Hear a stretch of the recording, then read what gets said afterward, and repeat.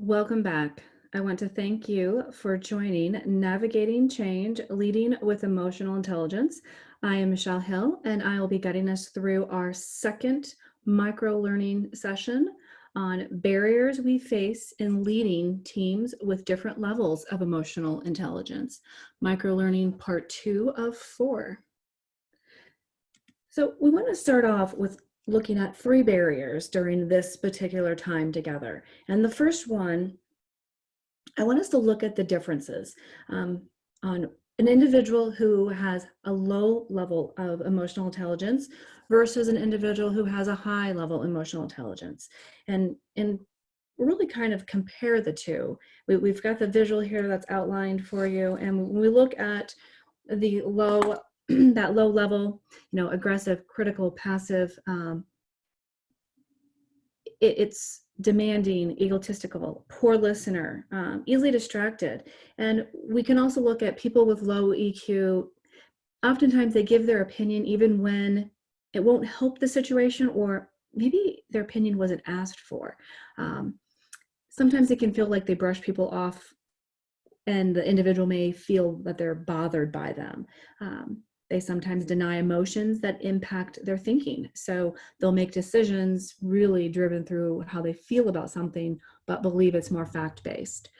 They get defensive when challenged, and sometimes they have a must-win argument at all cost approach. They focus only on a task and at times ignore people. So they're also at times hard to please, and they resist change. You'll also notice some things not listed. It can feel like they're selfish. It can feel like they're impulsive, sometimes bossy, and at times you may notice them blaming others for mistakes. So that's just taking a look at a person with low EQ on the extreme, we'll say, because we know there's always, and a lot of people kind of fall in the middle. But let's look at the extremes. That helps us then kind of identify what are maybe some things that I may do, what are my strengths in this, and where are those areas for improvement. So when we look at people with high EQ, their communication style tends to be more assertive. They're a little more ambitious. They're patient. They have some enthusiasm behind whatever it is they're delivering, they're involved in. You tend to notice that people listen. They are persuasive and they draw people in. They can be strong-willed, and they also can be predictable. And you'll notice that sometimes they speak out more often when in situations when it's helpful, not just when they're wanting to give their opinion. They keep the lines of communication open even when frustrated. So they still appear approachable. People feel they can still go and talk to them, even though maybe we know we don't see the same thing, or we know we don't agree, but we know we can talk and work through it. They recognize when other people are affecting their emotional state, and they use different techniques to manage how they respond versus react to the situation. They are open for feedback, and actually you may even notice they go after to seek feedback to really gain a better picture of the impact that they have on people so they can grow and improve. And they show others how they care about them. And they're pretty good at picking up on the moods in the room, really that environment that we're creating, how people feel. So when looking at these two, again, extremes, we really want to look for what are those things that, those areas that I can improve on. At times, am I really hard to please? Is it always never good enough? How do I get a little better at balancing that? So someone doesn't feel that I'm always hard to please.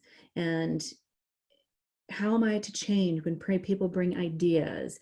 Am I approachable? Am I open to talk through it, kind of see their perspective, understand where they're coming from, and look at how we can work through it? Or do I shut them down? And how can I get better at asking open-ended questions to really understand them? So looking at this visual, It's really about helping us understand the two differences, I would say, at extremes, and kind of fill out where do you fall and what are some of those areas that um, that I can push myself and get a little better at. Can I be more patient? Can I be better at listening? And if so, what specifically would those things be that I should do? The second area that I want us to talk about is our personal communication. So that being our second barrier, when when we think about the impact our quality conversations have, or the quality of our conversations that have on our team and the people around us. This study is called the Circle of Communication, and it was done to better help us understand what all is involved when we're interpreting the messages from the speaker. It was done back in 1970. You'll find this particular study done it's documented in a lot of places, because it just gets the point in the sense of how we overwhelmingly draw a conclusion from our feelings and attitudes and beliefs about what someone is saying, not by their actual words spoken, but by the speaker's body language and tone of voice. So when looking at the results, you'll notice that the words are weighted at 7%. Where the biggest impact is going to be is verbal, how we say it, at 38%.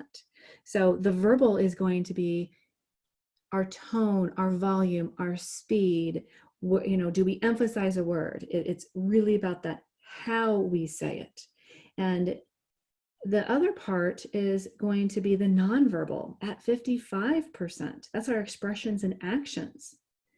And the nonverbal element, which is even more important, is when the speaker's words don't match, align with the body language, when they're different. Oftentimes, us as listeners, we're most likely to believe the nonverbal that we're picking up on versus the words.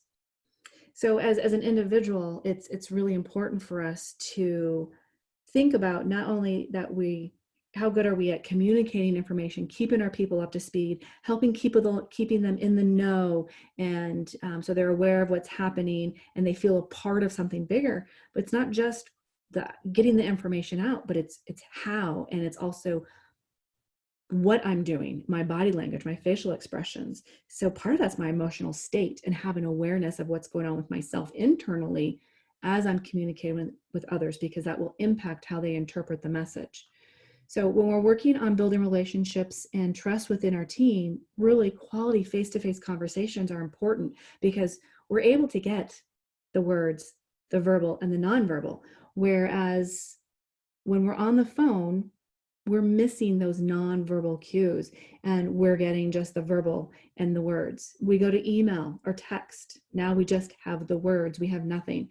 And we are going to assign our own verbal and nonverbal to those words from that person, our memory and our beliefs about that individual. Where we're going to be assigning some assumption or making some assumptions and possibly assigning some of the wrong meanings to what that person's saying, which then goes to complicate and cause misunderstanding.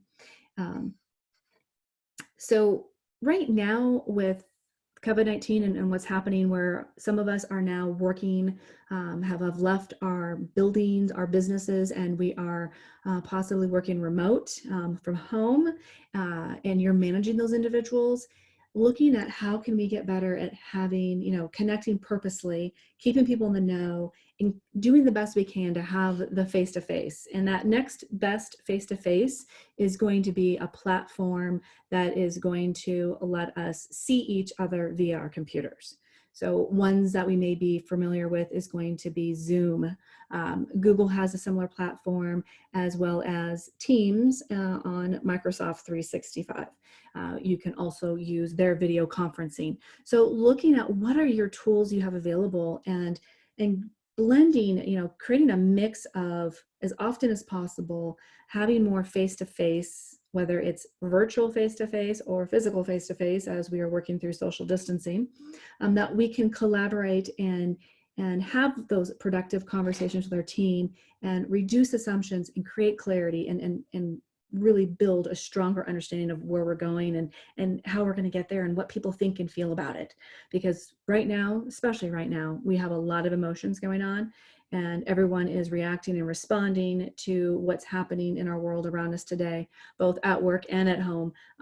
We're all responding to it differently. So as people leading others, it's our responsibility to get better at making sure we're doing our best to communicate the right messages, let people know that we value them, that we care about them, and we appreciate them. And a big part of that is done in personal communication. So that's our third barrier, or second barrier, apologize. Third one, let's get into is this emotional hijacking. So in the first series, I talked about using emotional intelligence that is going to help work with you, not against you. And that against you is what we're talking about with emotional hijacking. It's when our emotions are working against us. So essentially what is happening is during times of crisis, in Daniel Goleman's book, Emotional Intelligence, he helps us understand the way our brain works and how we have sensitivity to danger in any situation, real or perceived. So when our brains perceive threat, we move into a fear reaction, and that fear reaction pushes us to withdraw, maybe step back, attack, take care of those around us. It's that whole, which we've all heard, that fight or flight concept. And our brain senses, when we're in that fight or flight, our brain senses danger, and those stressors that we react to disable the higher cortex of our brain, and it prevents us from making sound, rational decisions. So to prevent us from, and it's hard, but to prevent that emotional hijacking from occurring, that's first, and what's most important as a manager is to better understand your emotions. And that goes back to that emotional intelligence theory that Daniel Goleman breaks out in his book, those 4 quadrants. And the better we are at understanding our triggers, when we respond, how we wish we wouldn't have, what was happening, when, what was said or done that caused that frustration, and identify how you want to respond in that situation. And then we have to be very purposeful about practicing it. So looking at our next session, that's going to be diving deeper in ways to increase your emotional intelligence, because the better we are at learning about ourselves, the better we're going to be at managing that emotional hijacking. We're going to be able to manage our emotions and pause in the moment before we do something we wish, or say something we wish we hadn't. So join us at the next session, ways to increase your emotional intelligence. And again, if you haven't, please connect with us at Revela. All of our social sites are at Revela Group. Thanks so much for joining us.